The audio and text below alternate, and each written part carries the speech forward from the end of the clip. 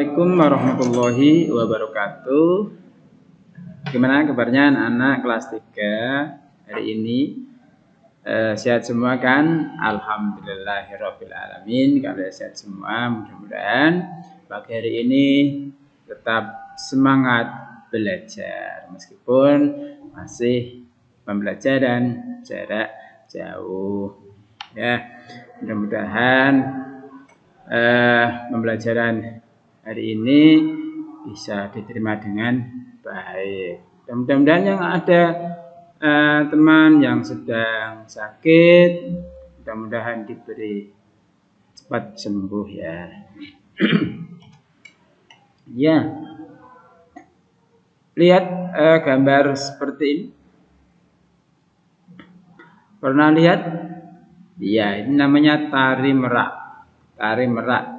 Kalian bisa lihat mungkin di majalah atau di buku, mungkin di YouTube mungkin kalau sekarang ada ya. Ini namanya tari merak. Ya. Wayan baru saja berolahraga menentukan gerak burung. Burung adalah binatang unggas yang dipelihara sebagai hiburan. Burung disukai karena warna bulunya yang cantik. Burung juga disukai karena suaranya yang bagus. Burung juga disukai karena gerakannya yang lincah. Gerakan burung melompat dan terbang sering menjadi ide tarian. Salah satunya tari merak. Meskipun disebut burung, merak tidak bisa terbang di angkasa. Merak memiliki kekhasan pada bulunya yang indah berwarna-warni. Sayangnya burung ini sudah langka dan sulit dijumpai di hutan. Burung ini hanya bisa dilihat di Suaka Marga Satwa. Nah, sekarang kita menirukan gerakan hewan dalam tarian. Pernahkah kamu melihat tari merak? Ya, seperti gambar tadi di atas, coba tontonlah pertunjukan tari merak bersama gurumu. Mungkin suatu saat kita bisa menonton. Kamu dapat menonton melalui video, ya, atau bisa browser di YouTube, cari tari merak, nanti akan kamu jumpai. Binatang apa yang gerakannya menarik? Kamu dan teman-teman dapat mengubah gerakan hewan menjadi gerakan tari. Gerakannya tidak harus sama persis, ya. Ya, gerakannya tidak harus sama persis. Kamu dapat menambahkan unsur estetis dan ekspresi.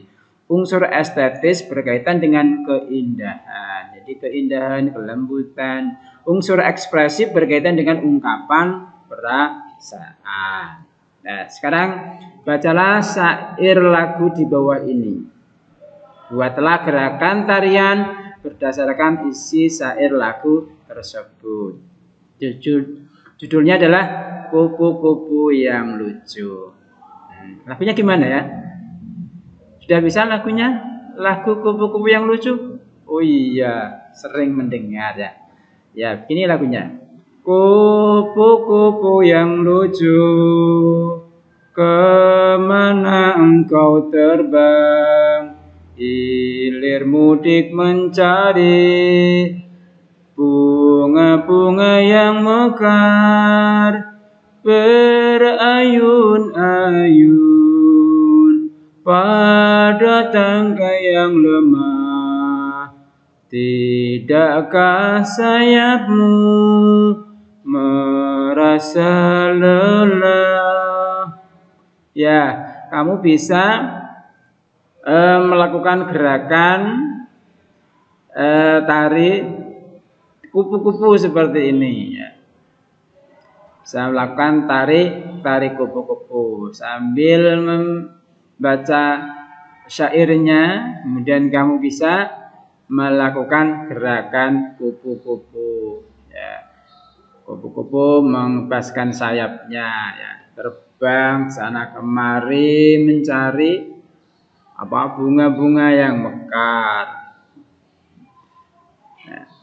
Ya, coba nanti bisa dipraktekkan, bisa dilakukan gerakan kupu-kupu yang lucu. Ya, kupu-kupu merupakan hewan yang bermanfaat bagi manusia. Kupu-kupu membantu proses penyerbukan pada tanaman buah. Kupu-kupu menjadi perantara bertemunya serbuk sari dan putik, sehingga bunga menjadi buah. Tanaman juga bermanfaat bagi kupu-kupu karena sari bunga tersebut menjadi makanan bagi kupu-kupu. Jadi, terjadi hubungan yang saling menguntungkan antara kupu-kupu dan tanaman. Ya. Tanaman mendapatkan manfaat dengan adanya kupu-kupu. Tanaman itu bisa berbuah. Ya.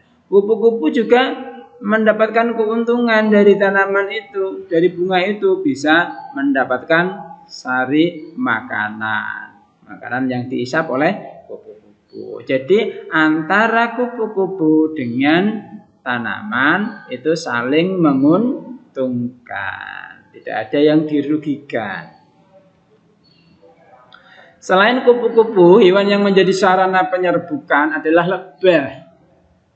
Lebah bermanfaat karena menghasilkan madu yang baik untuk kesehatan. Jadi lebah dan tanaman juga melakukan hubungan yang saling menguntungkan, sama seperti kupu-kupu dengan tanaman. Lebah juga menguntungkan tanaman, tanaman juga diuntungkan adanya lebah. Pernahkah kamu mendengar cerita tentang lebah? Di bawah ini disajikan cerita tentang lebah. Bentuklah kelompok terdiri atas 3 yang akan membacakan bagian narasi, dialog lebah pekerja, dan dialog lebah pejantan. Sebelumnya, setiap kelompok berdiskusi melakukan pembagian kerja. Ya, kali ini saya bacakan cerita tentang lebah pekerja dan lebah pejantan. Sudah berhari-hari lebah pekerja bau-bau membuat sarang. Mereka bekerja keras siang dan malam agar sarang tersebut bisa selesai. Akhirnya pada suatu siang yang cerah, sarang itu selesai juga. Wah, tidak sia-sia kita bekerja keras. Lihatlah, sarang yang kita bangun benar-benar indah. Lebah bekerja bangga. Dalam waktu dekat kita bisa pindah dan hidup dengan nyaman di sarang baru kita. Saat beberapa lebah pekerja sedang beristirahat, datanglah rombongan lebah pejantan yang terkenal pemalas dan suka berbuat onar. Para lebah pejantan mengamati sarang baru milik lebah pekerja, lalu berkumpul dan saling berbisik. Sarang mereka bagus sekali, kata salah satu lebah pejantan. Bagaimana kalau kita rebut saja sarang itu dari mereka? Katanya kemudian. Aku setuju, kata lebah pejantan lainnya. Kalau harus membangun sendiri, kita tidak akan bisa menyelesaikannya. Lebih baik kita rebut saja dari lebah pekerja. Para lebah pejantan sepakat dengan usulan itu. Kemudian salah satu lebah pejantan menemui keluarga lebah pekerja. Sarang ini milik kami, jadi kamilah yang akan menempatinya. Kalian harus keluar dari sarang ini, teriak perwakilan lebah pejantan. Tentu saja keluarga lebah pekerja kaget. Mereka merasa membuat sarang itu, tapi diakui sebagai milik lebah pejantan. Karena tidak terima dengan perlakuan lebah pejantan yang semena-mena, lebah pekerja mengirim perwakilan untuk menemui hakim lebah yang terkenal bijaksana. Hakim lebah kemudian mendengarkan pengaduan dari perwakilan lebah pekerja. Setelah memahami permasalahannya, sang hakim memanggil keluarga lebah pekerja untuk mengadakan sidang. Masalah ini sebenarnya dapat diselesaikan dengan mudah, kata hakim lebah. Caranya, masing-masing dari kalian harus membuat sarang yang sama persis dengan sarang itu. Siapa yang dapat membuat akan menjadi pemenang dalam kasus ini. Lebah pekerja setuju dengan usulan hakim lebah. Tapi keluarga lebah pejantan tidak setuju. Kami tidak setuju, Bapak Hakim. Sudah jelas sarang ini milik kami. Mengapa kami harus membuat lagi? Protes ketua perwakilan Lebah Pejantan. Karena Lebah Pejantan menolak, maka sekarang sudah jelas bahwa sarang ini sebenarnya milik Lebah Pekerja, kata Hakim Lebah dengan lantang. Keluarga Lebah Pekerja bersorak gembira. Mereka berhasil memperjuangkan hak milik mereka. Mereka berterima kasih kepada Hakim Lebah. Ini sudah kewajiban saya untuk menegakkan kebenaran. Kebenaran harus dimenangkan. Keluarga Lebah Pejantan buru-buru pergi meninggalkan tempat persidangan. Mereka tidak kembali ke hutan itu dalam waktu lama karena merasa sangat malu. Kebohongan mereka telah terbongkar. Nah, itulah cerita tentang Lebah Pekerja dan Lebah Pejantan. Bagaimana bisa dipahami dari cerita itu, bahwa cerita itu adalah ada cerita yang mempunyai sifat jelek atau sifat yang tidak baik, yaitu Lebah Pejantan. Sedangkan yang mempunyai sifat baik adalah Lebah Pekerja.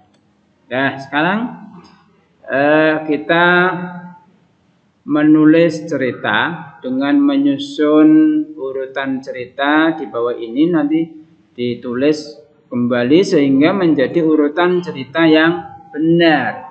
Nah, seperti ini. Nomor 1. Akan tetapi keluarga Lebah Pejantan kebingungan karena tidak bisa membuatnya.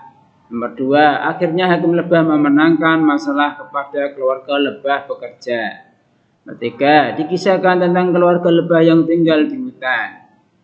4. Hakim Lebah meminta keluarga Lebah Pekerja dan keluarga Lebah Pejantan untuk membuat sarang baru. Sampai 10 ini cerita belum urut, belum tersusun urut. Tugas kalian adalah menyusun kembali, ditulis di buku tulis atau buku tugas kalian, disusun dari nomor 1 sampai 13 ini menjadi urutan cerita yang baik. Ya. Sekali lagi tugas kalian adalah mengurutkan cerita ini, ya, diurutkan dari nomor 1 sampai 13 menjadi urutan cerita yang baik. Ditulis di buku tugas kalian. Wayan semakin bersyukur atas karunia Tuhan Yang Maha Esa yang telah menciptakan hewan yang memiliki keunikan dan kelebihan masing-masing. Lebah menghasilkan madu yang baik untuk kesehatan. Ayam bermanfaat sebagai sumber makanan bagi manusia. Masih banyak jenis hewan dan manfaatnya. Nah, sekarang kita belajar sifat pertukaran pada perkalian. Sambil mengenal nama-nama hewan, Wayan belajar berhitung. Wayan belajar tentang sifat pertukaran pada perkalian. Lihat ini, ada bebek. Ya, jumlahnya berapa? Jumlahnya 24. Pak Tatang membeli 24 bebek. Di rumahnya, Pak Tatang memiliki 4 kandang. Isi setiap kandang tersebut adalah berapa? Ya, isi setiap kandang tersebut adalah 6. Jadi setiap kandang isinya 6 bebek. Nah, sekarang kalau dibuat kalimat perkaliannya yang sesuai dengan gambar tersebut bagaimana? Ya, kalimat perkalian yang sesuai dengan gambar tersebut ini setiap gambar setiap kandang ini ada 6, ada 4 kandang. Jadi setiap kandang itu isinya 6 bebek. Nah, sekarang dibuat kalimat perkaliannya adalah berapa? 6 dikalikan 4 sama dengan 24. Jadi kalimat perkaliannya adalah 6 kali 4 sama dengan 24. Nah, kemudian bebek-bebek tersebut dibeli oleh Pak Uyan. Pak Uyan mempunyai 6 kandang. isi setiap kandang tersebut adalah berapa? Nah, kemudian bebek tadi dibeli Pak Uyan. Nah, Pak Uyan punya 6 kandang. Jadi isi setiap kandang tersebut adalah 4. Isi setiap kandang adalah 4. Nah, ini ada 6 kandang. Nah, setiap kandang isinya 4. 1, 2, 3, 4. Nah, kemudian kalau dibuat kalimat perkalian yang sesuai dengan gambar tersebut adalah 4 kali 6 sama dengan 24. Ya, 4 kali 6 sama dengan 24. Jadi 6 kali 4 itu sama dengan 4 kali 6. Nah, inilah kalimat sifat pertukaran pada perkalian. Jadi 6 kali 4 sama dengan 4 kali 6. Nah, sekarang Bu Mariati menjual telur bebek. Setiap hari Bu Mariati menyetor 30 buah telur bebek kepada Bu Nimas. Bu Mariati memasukkan telur bebek ke dalam 5 wadah. Isi setiap wadah tersebut adalah berapa?